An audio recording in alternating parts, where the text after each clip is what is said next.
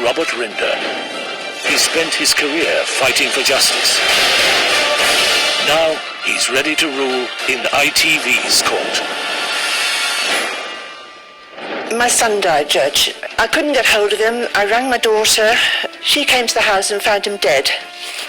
How difficult was it for you to stay at the house after that? I couldn't. He died in my house, and everywhere I looked, he was there. I wanted to come home to where I was born. How did it end up that this lady needed 3 vans? Because there was more items than what we had anticipated. Whose fault is that? I believe it's Jane's. When the list would have been given, Jane would have maybe wanted someone to come round. I don't know how far in advance that would be. A month.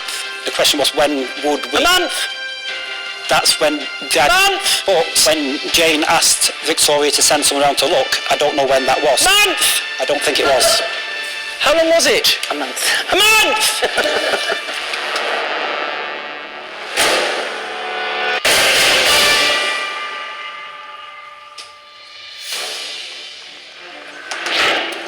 Jane is in court to claim £850 from a removal company. The extra costs she says she shouldn't have been charged for.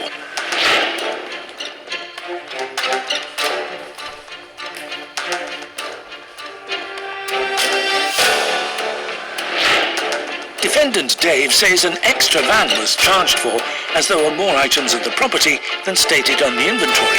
Therefore, they owe nothing.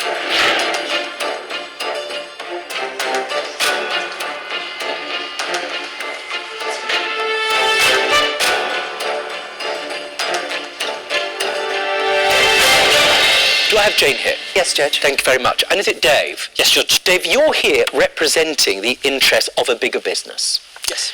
You're actually here ostensibly representing somebody called Victoria. Now, I need to go to the beginning, Jane, because here's the thing. You were living in a lovely part of the UK, Edinburgh. Yes, Judge. And about 3 years ago, what happens? My husband died, Judge, after 54 years of marriage. And that wasn't the straw that broke the camel's back, so to speak, and caused you to say, goodbye, Edinburgh, or goodbye, Edinburgh, or whatever it is. It's actually much more serious than that. My son died, Judge, in April 6th last year. What happened? He was in the Air Force and he had PTSD. He was in the middle of a divorce and came to live with me after my husband died. And he had a very bad motorbike accident and was given morphine. I came down to Norfolk house hunting and left him in my house, and he drank gin. I couldn't get hold of him. I rang my daughter, who lived 8 miles away. She came to the house and found him dead, and it was put down accidental overdose. Jane, I'm so sorry for your loss. How difficult was it for you to stay in the house after that? I couldn't. He died in my house, and everywhere I looked, he was there. And because all his belongings were still there, I wanted to come home to where I was born, which is Norfolk. Now, Jane, losing a husband after 53 years is hard enough. To lose a son is impossible to describe. I'm not going to come close to it. But you also then put yourself through another trauma, which is moving. You've been living in this house for how long? 14 years, Judge. 14 years. Over 14 years, you build up a lot of stuff, I would have thought. It's not just that, Judge. It's the stuff that we collected. My husband was in the forces, and the house was full of memorabilia. And so when you're moving over a long period of time, you have an option. You can employ a professional moving company, correct?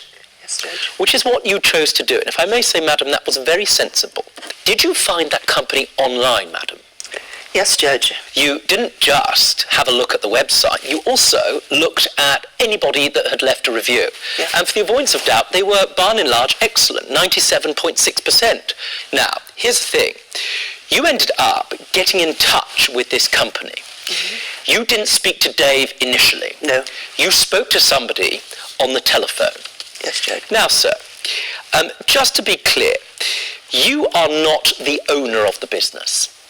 Correct, Judge. You are a subcontractor to the person that gives out the work. What you do is show up, make sure you pack up the stuff properly and move it from A to B. That's what you do. Correct, Judge.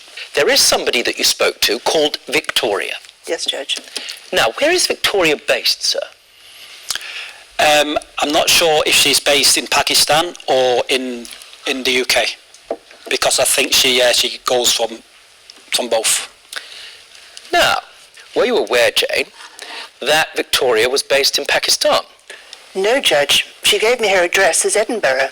Had you known that she was partly based in Pakistan, would you have continued dealing with this company? No, Judge. Why not?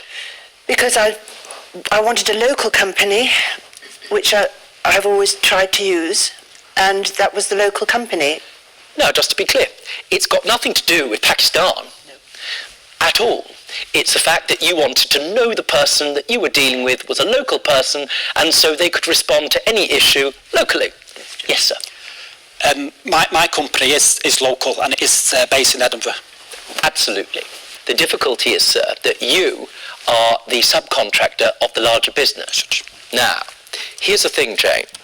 You had a discussion with Victoria, correct? What you wanted was very simple. What was it? I wanted somebody to pack my goods and take them to Norfolk. Couldn't be more simple, could it? Sorry.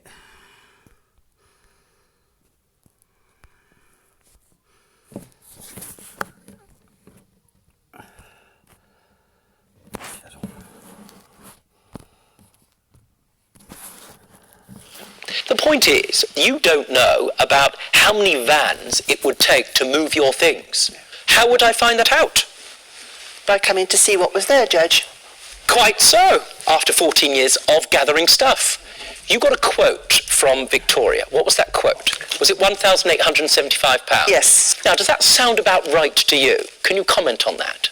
That would all depend on how much property was moved for that price. How many vans will I need if I want to move from my house tomorrow into Michelle? She's single at the moment. Judge, you may have to invite me so I can have a look and then make an estimate. What a wise idea. That's a very smart thing to say. Now, why would I want you to do that, sir? So then both of us can find out what is involved in that move, because it will stop any errors happening and we know exactly what there is to be done. Because I know nothing about vans. I don't know how big they are. Understood? Judge? I don't know anything about lorries, being under them, on top of them, or anything of that sort. Right?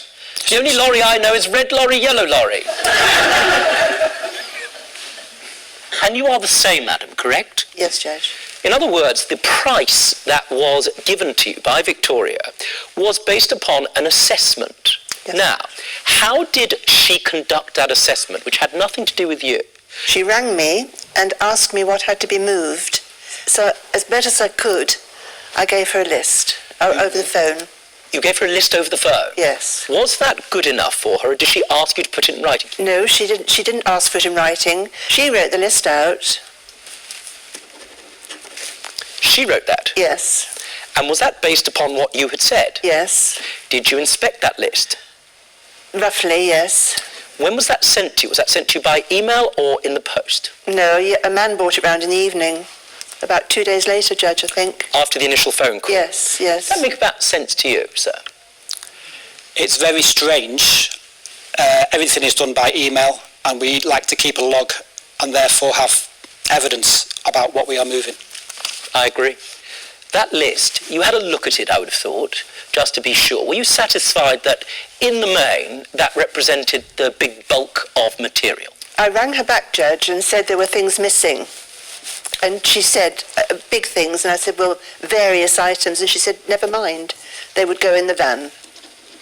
That wasn't on email, though, that was on telephone. It was on telephone.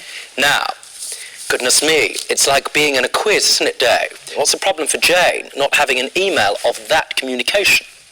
There's no proof or evidence. Good. So I have to rely on Jane telling me the truth when she said she spoke to Victoria, and Victoria said, don't worry about missing a few big things. Don't I?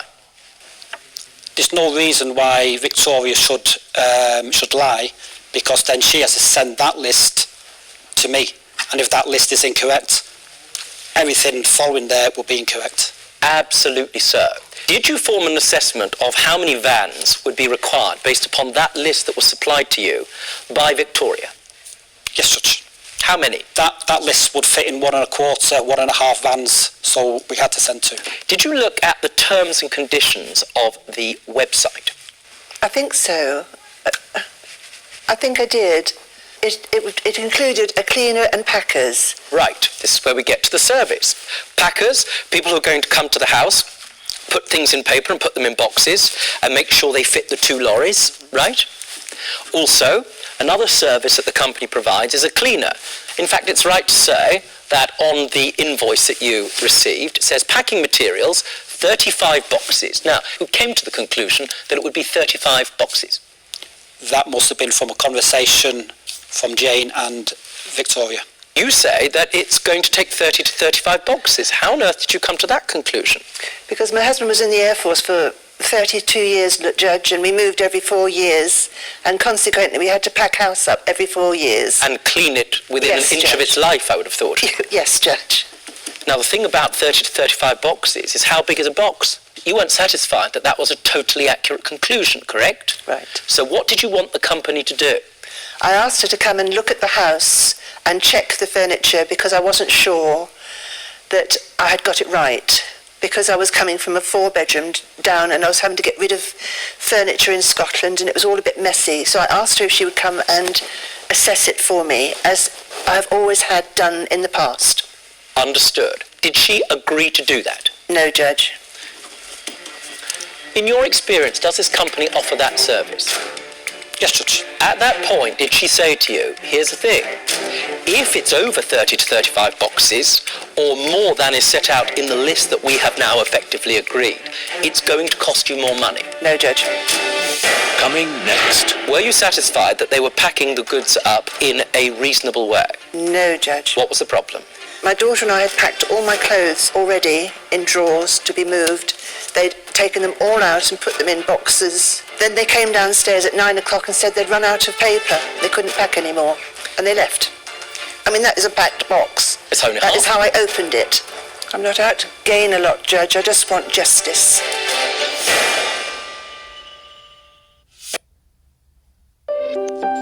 Balancing the scales of justice. Judge Rinder, sponsored by First for Lawyers, personal injury claim specialists. Fillet of fish from a dish, or a Big Mac on your bedroom floor, because now we deliver to your door.